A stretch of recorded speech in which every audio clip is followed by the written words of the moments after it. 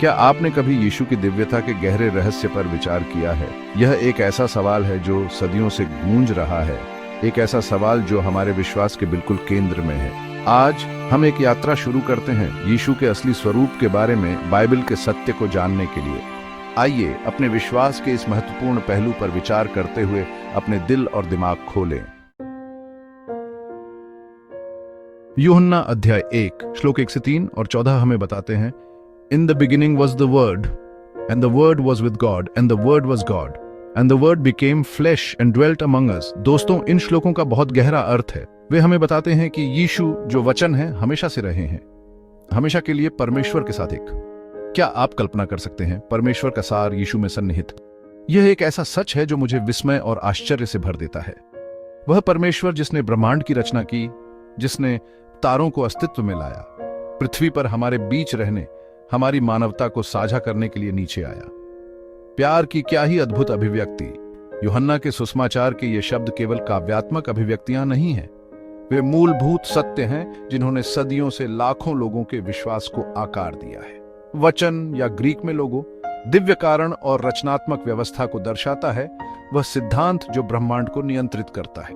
ये लोगो, ये दिव्य सिद्धांत दूर या अलग नहीं था, बल्कि मांस बन गया, यीशु मसीह के व्यक्ति में मानव रूप धारण किया। इस कृत्य की भयावहता की कल्पना करो। अनंत का परिमित होना, शाश्वत का समय में कदम रखना, निर्माता का अपनी रचना में प्रवेश करना। यह ईसाई संदेश का हृदय है, हमारे विश्वास का मूल है कि परमेश्वर ने संसार से इतना प्रेम किया कि उसने अपना इकलौता पुत्र दे दिया। ईश्वरीय प्रेम का यह कार्य हमें जवाब देने के लिए, इस अविश्वसनीय उपहार को दर्शाने वाले जीवन जीने के लिए कहता है। जैसे ही हम इन गहन सत्यों पर विचार करते हैं, आइए हम अपने दैनिक जीवन में यीशु के प्रेम, अनुग्रह और सत्य को मूर्त रूप देने के लिए प्रेरित हों। क्योंकि शुरुआत में वचन था और वह वचन हमारे बीच निवास करता रहता है, हमारा मार्गदर्शन करता है, प्रेम करता है और हमें हर दिन बदलता है। आइए हम इस सत्य को खुले दिल से स्वीकार करें और इसे अपने रास्तों को रोशन करने दें। प्यार की क्या ही अद्भुत अभिव्यक्ति है वास्तव में। यूहन्ना अध्याय 8 श्लोक 58 में यीशु एक साहसिक बयान देते हैं, before Abraham was I am. अब याद रखें, आई एम वह नाम है जिसका उपयोग परमेश्वर ने पुराने नियम में मूसा का वर्णन करने के लिए किया था। जब यीशु ने ये शब्द कहे तो वह सीधे सीधे अपनी तुलना शाश्वत परमेश्वर से कर रहे थे। वह अपनी दिव्यता की घोषणा इस तरह कर रहा था जिसे समझना असंभव था। वह दुनिया को बता रहा था, मैं अल्फा और ओमेगा हूं, शुरुआत और अंत हूं। मैं ही वह हूं जो हमेशा से था और हमेशा रहेगा। आइए जानते हैं यूहन्ना अध्याय 10 श्लोक 30, जहां यीशु ने घोषणा की, I and the father are one. दोस्तों, यह सिर्फ निकटता या समानता का बयान नहीं है, यह पूर्ण एकता की घोषणा है। यीशु कह रहे हैं कि वह और परमेश्वर पिता अविभाज्य हैं, एक ही सिक्के के दो पहलू हैं, सार और उद्देश्य में एकजुट हैं। यह यीशु की दिव्यता का एक शक्तिशाली प्रमाण है, एक स्पष्ट पुष्टि है कि वह स्वयं परमेश्वर के स्वभाव और अस्तित्व को साझा करता है। अध्याय 4 इन वेरी नेचर गॉड। फिलिप्पियों 2 श्लोक 5 से 7 यीशु के स्वभाव में एक सुंदर अंतर्दृष्टि प्रदान करते हैं। ये श्लोक मसीह की विनम्रता और निस्वार्थता पर एक गहन चिंतन है। यह कहता है, मसीह यीशु जो परमेश्वर के रूप में परमेश्वर के साथ समानता को अपने लाभ के लिए उपयोग की जाने वाली वस्तु नहीं मानता था। इसका मतलब है कि यीशु दिव्य होते हुए भी उन्होंने व्यक्तिगत लाभ के लिए अपनी दिव्यता का शोषण नहीं किया। एक पल के लिए सोचें, इस कथन की भयावहता पर विचार करें। यीशु जिसके पास परमेश्वर की सारी शक्ति और महिमा थी, उसने इसे अपने लाभ के लिए उपयोग न करने का फैसला किया।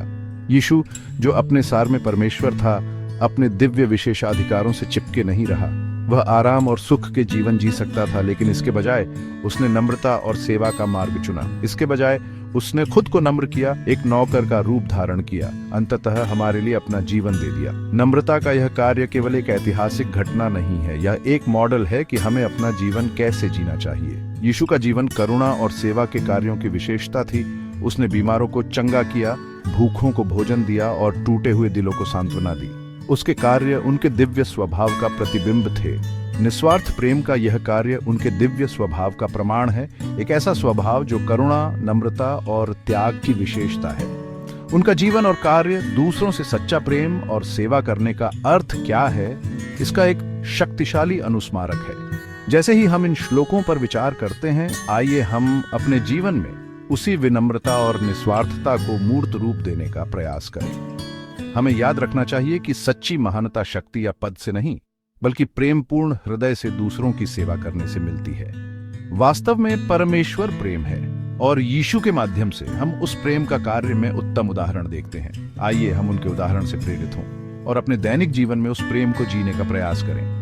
हम फिलिप्पियों 2 श्लोक 5 से 7 के गहन संदेश को हमेशा याद रखें और इसे विश्वास और सेवा की अपनी यात्रा में हमारा मार्गदर्शन करने दें।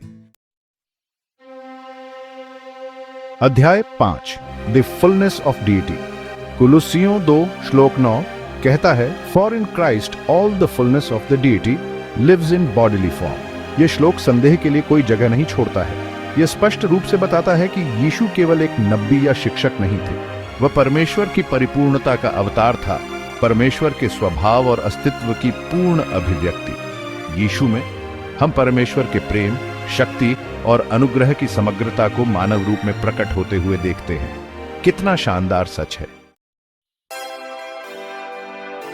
अध्याय 6 रेडियंस ऑफ गॉड्स ग्लोरी। इब्रानियों 1 श्लोक 3 यीशु की एक विशद तस्वीर पेश करता है। उसे पुत्र के रूप में वर्णित करते हुए कहा गया है कि वह परमेश्वर की महिमा का प्रकाश है और उसके अस्तित्व का सटीक प्रतिनिधित्व अपने शक्तिशाली शब्द से सब वस्तुओं को थामे हुए है। जैसे सूरज रोशनी और गर्मी बिखेरता है, यीशु परमेश्वर की महिमा को प्रसारित करता है। वह परमेश्वर के चरित्र का आदर्श प्रतिबिंब है, अदृश्य परमेश्वर की दृश्य छवि। उसी के द्वारा सब वस्तुओं की सृष्टि हुई और उसी के द्वारा सब वस्तुएं स्थिर हैं। अध्याय 7 the son of the living God. अब कुछ लोग मत्ती 16 से 17 जैसे छंदों की ओर इशारा कर सकते हैं, जहां पतरस यीशु को मसीहा, जीवित परमेश्वर के पुत्र के रूप में स्वीकार करता है और यीशु इस स्वीकारोक्ति की पुष्टि करते हैं। नया नियम में यह क्षण महत्वपूर्ण है क्योंकि यह यीशु की असली पहचान के बारे में पतरस की पहचान पर प्रकाश डालता है। वे कह सकते हैं, देखो, यीशु को पुत्र कहा जाता है, स्वयं परमेश्वर नहीं।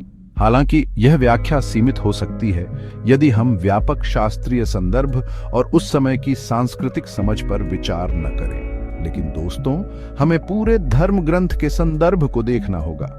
बाइबल ग्रंथों का एक जटिल ताना बाना है जो गहरे सत्य को प्रकट करने के लिए आपस में जुड़ता है। ईश्वर का पुत्र शब्द केवल एक पारिवारिक शब्द नहीं था, इसने गहरे धार्मिक महत्व को आगे बढ़ाया।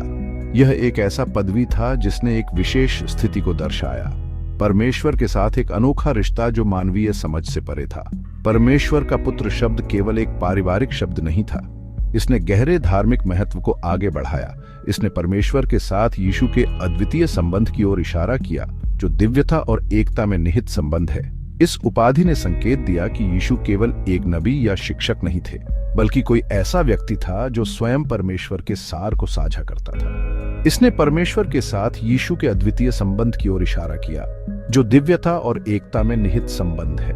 नए नियम के अन्य भागों में इस एकता पर और जोर दिया गया है, जहां यीशु पिता के साथ अपनी एकता की बात करते हैं। उदाहरण के लिए, यूहन्ना के सुसमाचार में यीशु कहते हैं, मैं और पिता एक हैं। यह कथन इस विचार को पुष्ट करता है कि यीशु का पुत्रत्व अधीनता के बारे में नहीं, बल्कि एक अंतरंग दिव्य एकता के बारे में है। इसे समझने से हमें यीशु की पहचान और मिशन की गहन प्रकृति को समझने में मदद मिलती है। अध्याय 8 the son can do nothing by himself. इसी तरह यूहन्ना 5:19 में यीशु कहते हैं, the son can do nothing by himself, he can do only what he sees his father doing, because whatever the father does the son also does.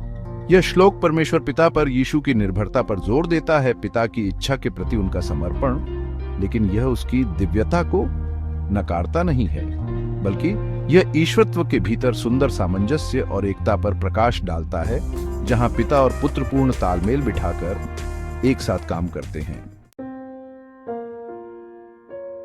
अध्याय 9 the father is greater than I.